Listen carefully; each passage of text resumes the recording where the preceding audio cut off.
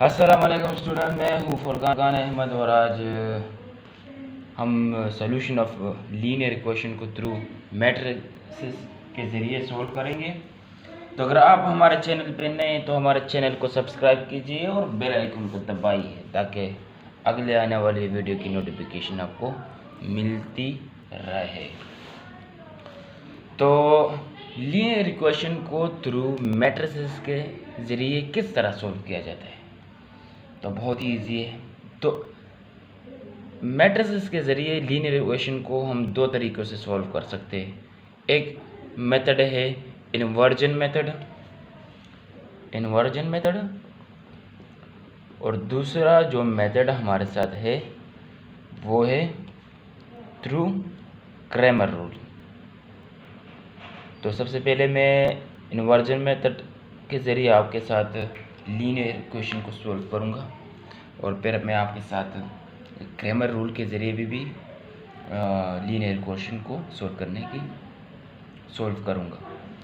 तो बढ़ते हैं अपने इन्वर्जन मेथड की। सबसे पहले हम इन्वर्जन मेथड के थ्रू इसको सॉल्व करेंगे। तो इन्वर्जन सबसे पहले जो हमें लीनियर इक्वेशन दी गई हो हम सबसे पहले हमें उससे क्या बनाना है, मैट्रिक्स बनाना है। यहाँ पर मैंने ऑलरेडी इससे मैट्रिक्स बनाए हुए।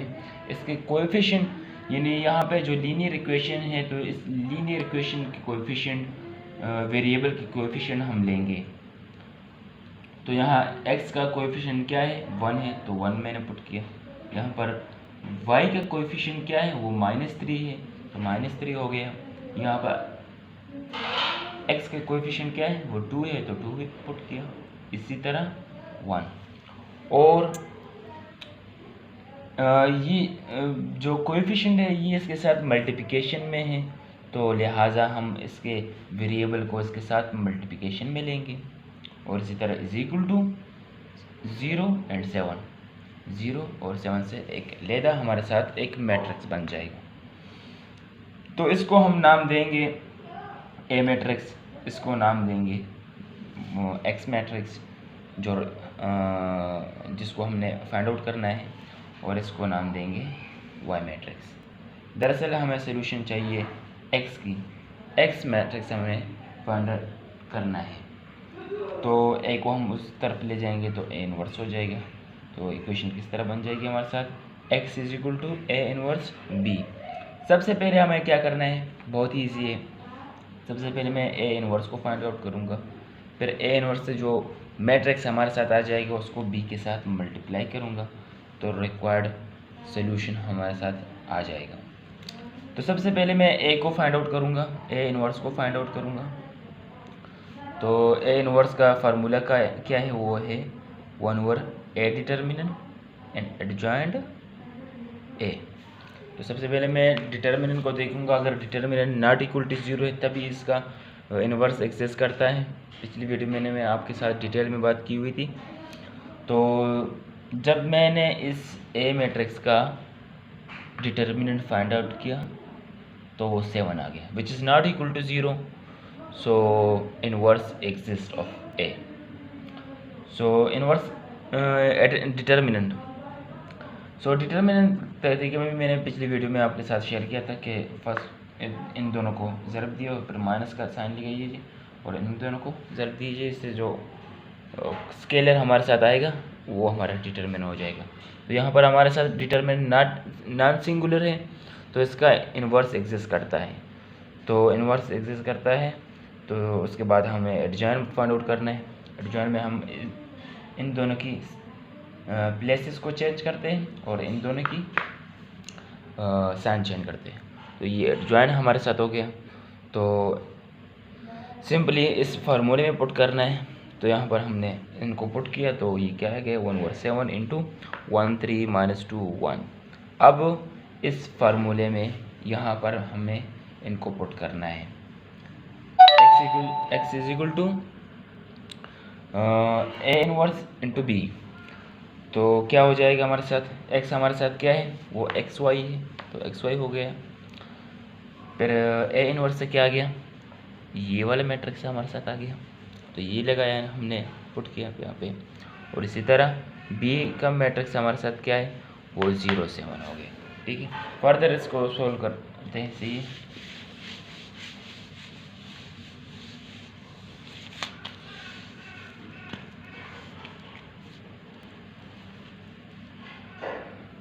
X Y is equal to 1/7 हो गया, 1 3 -2 एंड +1, और इसी तरह यहाँ पर मल्टीप्लिकेशन में क्या है 0 एंड 7।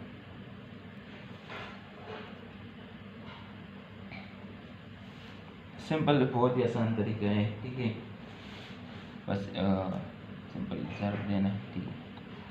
और इस तरह हम देंगे 1 को 0 के साथ मल्टीप्लाई करेंगे, फिर फर्स्ट कॉलम को फर्स्ट रो के साथ मल्टीप्लाई करना है, और 3 को 7 के साथ मल्टीप्लाई करेंगे। इस तरह -2 multiply by 0 plus 1 multiply by 7। इससे हमारे साथ क्या आ जाएगा 0 एंड 7 21, और इससे भी 0 आ जाएगा और ये 7 हो जाएगा, ठीक है। ये इसके साथ जब मल्टीप्लाई होगा तो 21 डिवाइड बाई 7, 7 डिवाइड बाई 7। तो फाइनली मैट्रिक्स हमारे साथ क्या आ गया, वो आ गया 3 एंड 1। सो एक्स वाई जो हमारे साथ आगे वो क्या आ गए 3 एंड 1। तो ये हमारा क्या है सोल्यूशन है, यानी x का वैल्यू क्या है वो 3 है और y की वैल्यू क्या है वो 1 है।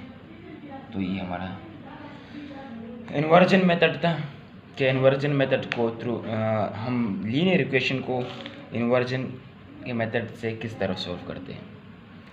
तो ये इन्वर्जन मेथड था। अब बढ़ते हैं क्रैमर रूल के ज़रिए लीनियर इक्वेशन को किस तरह सॉल्व करते हैं। तो स्टूडेंट अब लीनियर इक्वेशन को थ्रू क्रैमर रूल के ज़रिए किस तरह सॉल्व करते हैं, बहुत ईजी है, बहुत ठीक है। तो ये मैंने दो लीनियर इक्वेशन लिए हैं। दरअसल लीनियर इक्वेशन एक ऐसी इक्वेशन होती है जिसमें हमारे साथ वेरिएबल की पावर जो वो 1 हो, तो उसको हम बोलते हैं लीनियर इक्वेशन। अगर यहाँ पर हमारे साथ वेरिएबल क्या है एक्स वाई है और इसका पावर क्या है 1 है, तो इसको बोलते हैं लीनियर इक्वेशन। एक ऐसा पॉलिनोमियल जिसमें डिग्री क्या हो, वेरिएबल की डिग्री क्या हो वो 1 हो, तो उसको बोलते हैं लीनियर इक्वेशन। तो यहाँ पर हमारे साथ ये 2 लीनियर इक्वेशन है, ठीक है। और मुझे इन दोनों को सॉल्व करना है थ्रू क्रैमर रूल के ज़रिए।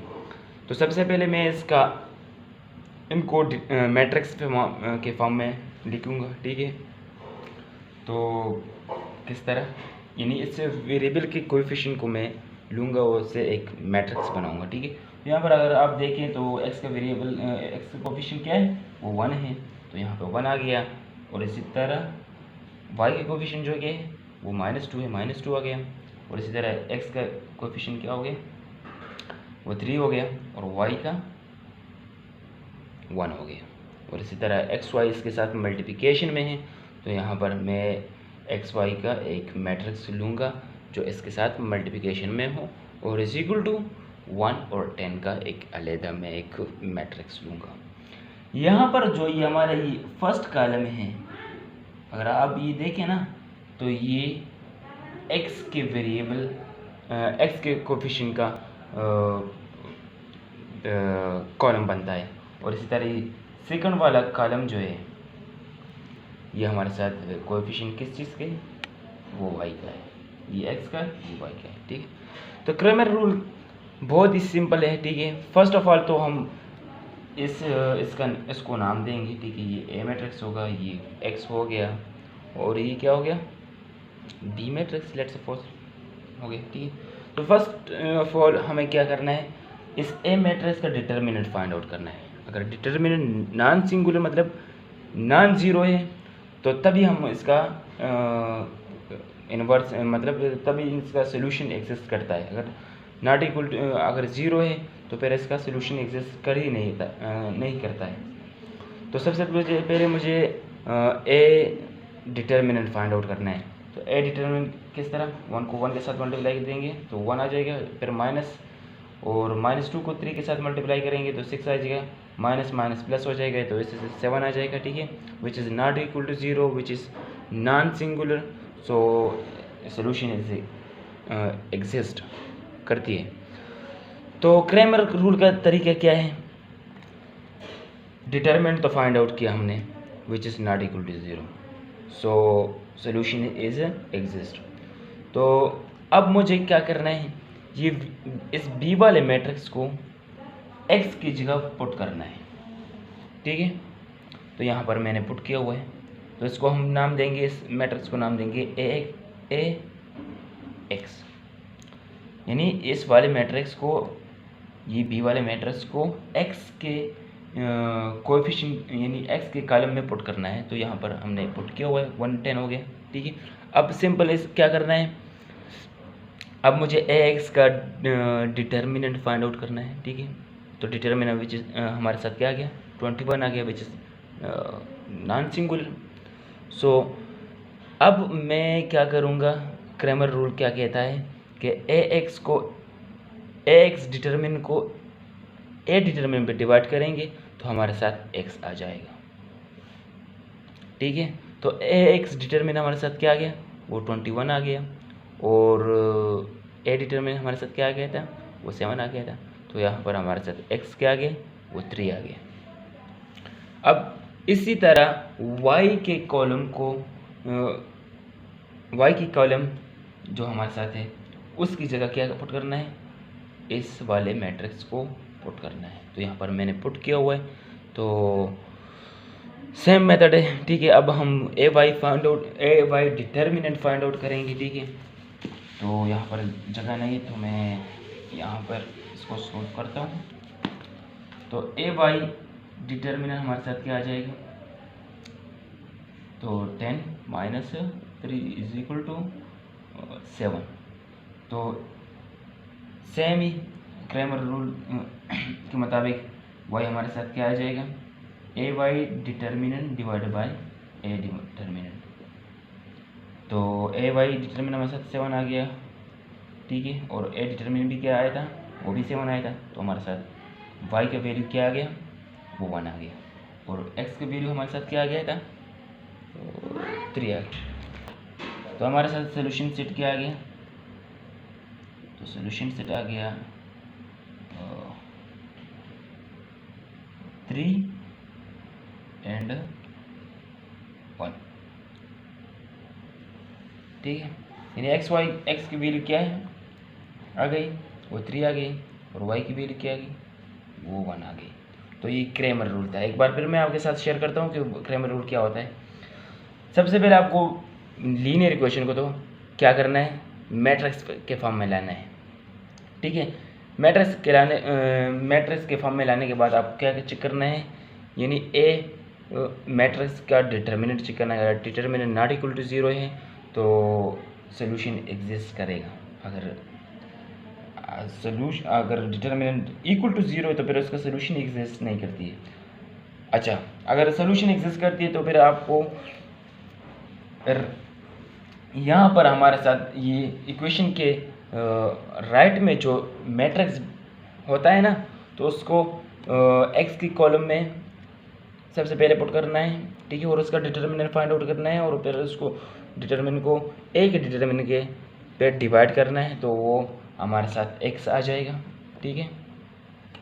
और इसी तरह फिर बी वाले मैट्रिक्स को वाई की कॉलम में पुट करेंगे तो हमारे साथ, और उसको डिटर्मिनेंट फाइंड आउट करेंगे, और डिटर्मिनेंट को फिर ए डिटर्मिनेंट पे डिवाइड करेंगे, तो उससे जो वैल्यू आ जाएगी वो हमारे वाई कहलाएगी, ठीक है। तो ये था क्रैमर रूल। और इसी तरह आज हमने कवर किया कि लीनियर इक्वेशन को किस तरह इन्वर्जन मेथड के ज़रिए सॉल्व करते हैं और क्रैमर रूल के ज़रिए सॉल्व करते हैं। तो बहुत ईजी है।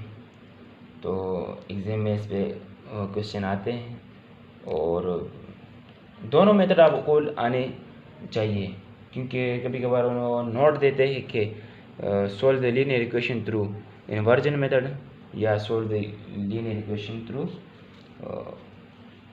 Cramer rule. सो अगर आपको हमारी वीडियो अच्छी लगी तो हमारे चैनल को सब्सक्राइब कीजिए और बेल आइकन को दबाइए ताकि अगले आने वाली वीडियो की नोटिफिकेशन आपको मिलती रहे।